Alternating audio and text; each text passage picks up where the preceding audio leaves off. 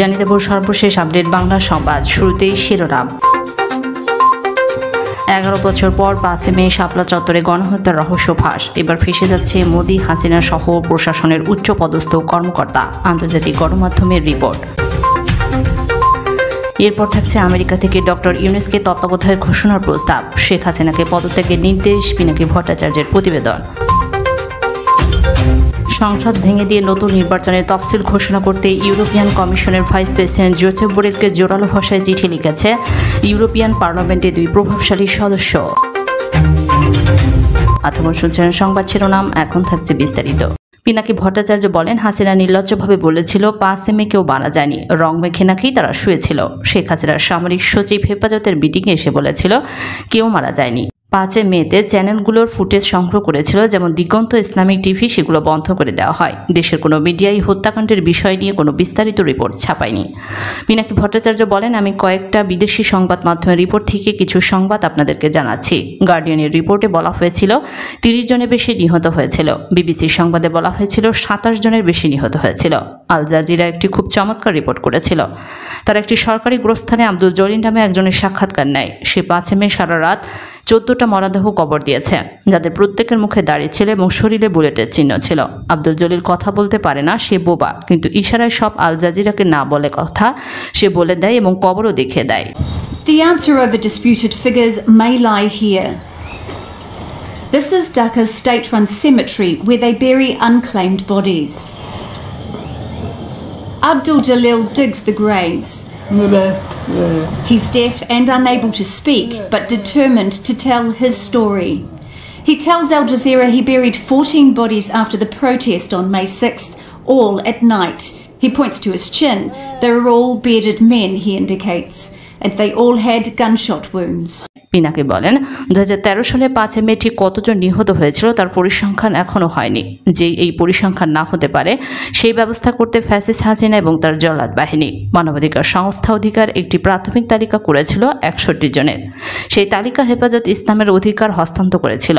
সেই তালিকা নিয়ে কাজ করার অপরাধে নন্দিত মানবিক নেতা আদিলুর রহমানকে গ্রেপ্তার করা হয়। আদিলুর রহমানকে গুম বা হত্যা করার পরিকল্পনা থাকলেও আন্তর্জাতিক মানবাধিকার সংস্থার চাপে সেই পরিকল্পনা বাস্তবায়ন করতে পারেনি হাসিনা, তবে মামলা দিয়ে ফাঁসিয়ে দিয়েছে আদিলুর রহমানকে।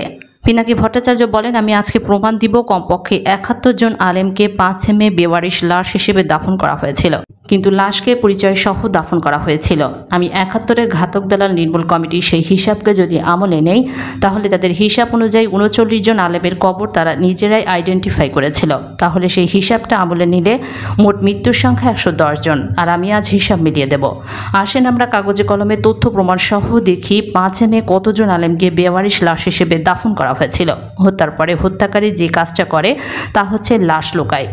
সে লাশটা নিজেই কবর দিতে পারে, কিন্তু নিজে অসংখ্য লাশ কবর দেওয়া সম্ভব না। এই কাজ করতে গেলে শতাব্দীর পরেও সেই গণকবর আবিষ্কৃত হবে।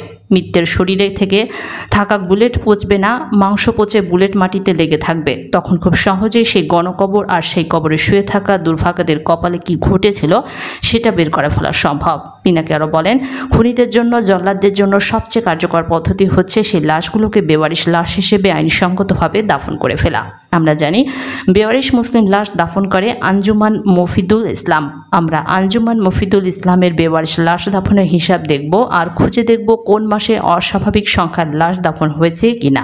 আঞ্জুমান মফিদুল ইসলামের হিসাব বলছে 2013 সালে সর্বাধিক 1430টি মৃতদেহ অজ্ঞাত পরিচয় হিসেবে দাফন করা হয়েছে। 2010 সালে এই সংখ্যা ছিল 1204 জন। 2011 সালে সংখ্যাটি ছিল 1191 জন। 2012 সালে 1247 জন। পিনাকি ভট্টাচার্য বলেন, এবার আসেন আমরা 2013 সালের প্রত্যেক মাসে বেওয়ারিশ লাশ দাফনের হিসাব দেখি। 2012-এর জুলাই থেকে মাসে কতটি লাশ তারা দাফন করেছে সেই হিসাবটা দেখি। 113, 128, 110, 115, 145, 90, 92, 85, 90, 72, 88 এই সংখ্যাকে 11 দিয়ে ভাগ করলে 103 জন। মানে 11 মাসে গড়ে 103 জনকে দাফন করা হয়েছে। শুধু মে মাসে দাফন করা হয়েছে অবিশ্বাস্য সংখ্যায় 367 জন। অতিরিক্ত কতজন করেছে? গড়ের থেকে 264 জন। সবচেয়ে বেশি লাশ দাফন হয়েছে নভেম্বরে 145 জন। তার মানে সবচেয়ে বেশি যে সংখ্যাটা তার চেয়ে দাফনের সংখ্যা 222 জন বেশি। শুধু মে মাস 367 জনের মৃত্যু, এটা আউটলাইয়ার, একটাই মাত্র আউটলাইয়ার। পিনাকি বলেন, হাসিনা তোমার বুদ্ধি এতই যে তুমি লাশ গুম করবা? মাটি করে আমরা আমাদের ভাইয়ের মৃতদেহ বের করব। যে লাশ তুমি গুম করেছ সেই খুনের দায়ে তোমার বিচার হবে। 5 মে কমপক্ষে 71 জন শহীদকে আঞ্জুমান মফিদুল ইসলামের মাধ্যমে দাফন করা হয়েছে। অকাঠ্য প্রমাণ দিলাম, দুনিয়ার কেউ নেই যে আবার এই হিসাবকে চ্যালেঞ্জ জানাতে পারে। পিনাকি ভট্টাচার্য বলেন, প্রত্যেক ফোঁটা রক্তের বদলা দেওয়া হবে হাসিনা আর তোমার বাহিনী তৈরি থাকো। আমাদের ভাইয়েরা আসবো, ওরা শহীদ, ওরা মরেনি, ওরা মৃত্যুজয়। 5 মে এর নাম না জানা অসংখ্য শহীদের নাম অবশ্য একদিন জানাবো। তাদের পরিবারদের প্রিয়জনের কবর খুঁজে পাবে। সেই দিন আমাদের সকল অক্ষমতার লজ্জা থেকে, গ্লানি থেকে আমরা মুক্ত হব। যেখানেই হত্যাকাণ্ড ঘটেছিল সেই চত্বরের নাম শাপলা চত্বর। শাপলা আমাদের রাষ্ট্রের এবং প্রতীক। আমাদের সেই প্রতীক জীবন্ত হয়ে শহীদের রক্তে স্নাত হয়ে সেই দিন সারা দেশে এক রক্ত শাপলা ফুটে উঠবে। শাপলা ফুটবে শাহবাগে, সারা দেশে ফুটে উঠবে লক্ষ লক্ষ শাপলা।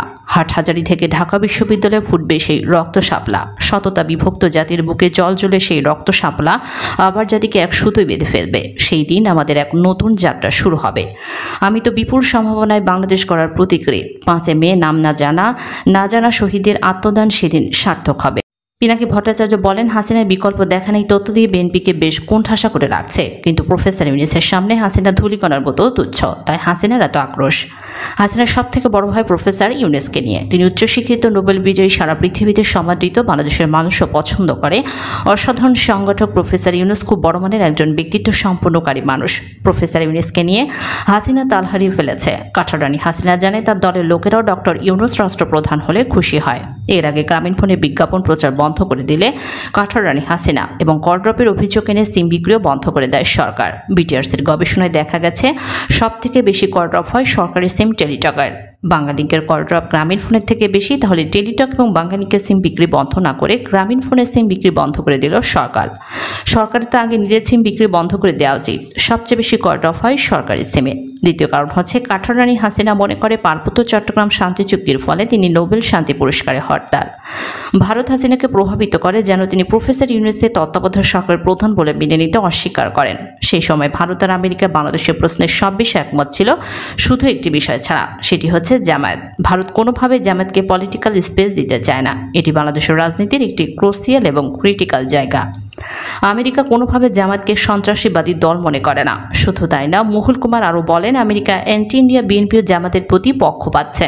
হাসিনাকে ভারতে ইনফরমেশন দেয় যে প্রফেসর ইউনূসের সাথে বিএনপির ক্লোজ লিঙ্ক আছে। এই প্রমাণ হিসেবে হাজির করে তত্ত্বাবধায়ক সরকার প্রধান হিসেবে বিএনপির তরফ থেকে প্রফেসর ইউনূসের নাম প্রস্তাব করা।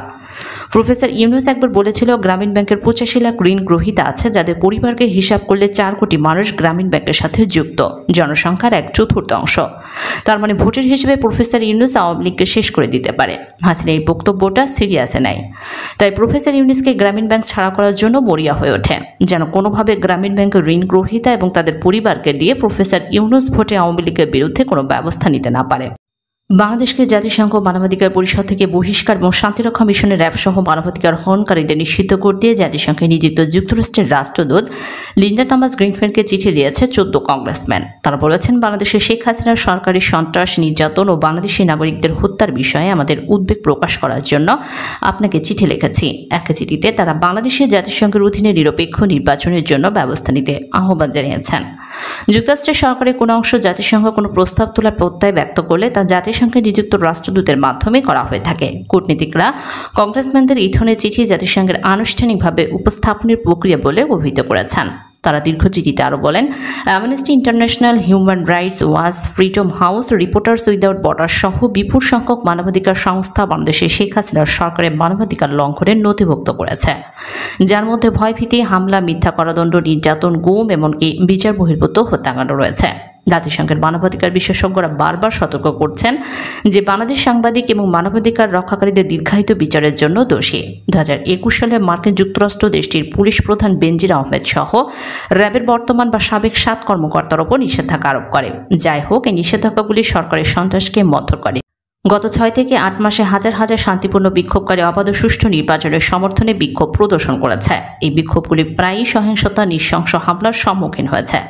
আমরা অত্যন্ত সন্দিহান যে হাসিনা সরকার সুষ্ঠু স্বচ্ছ নির্বাচনের অনুমতি দেবে।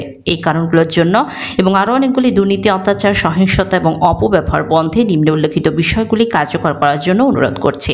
এক, জাতিসংঘের মানবাধিকার কাউন্সিলে বাংলাদেশের সদস্যপদ অবিলম্বে স্থগিত করার জন্য ব্যবস্থা নিন। শেখ সরকারের বিভিন্ন অপরাধমূলক কার্যকলাপের বিরুদ্ধে নিরপেক্ষ এবং স্বচ্ছ তদন্তের ব্যবস্থা নিন, বিশেষ করে সাংবাদিক এবং রাজনৈতিক প্রতিপক্ষের বিরুদ্ধে তার সরকার যে সকল ব্যবস্থা নিয়েছে।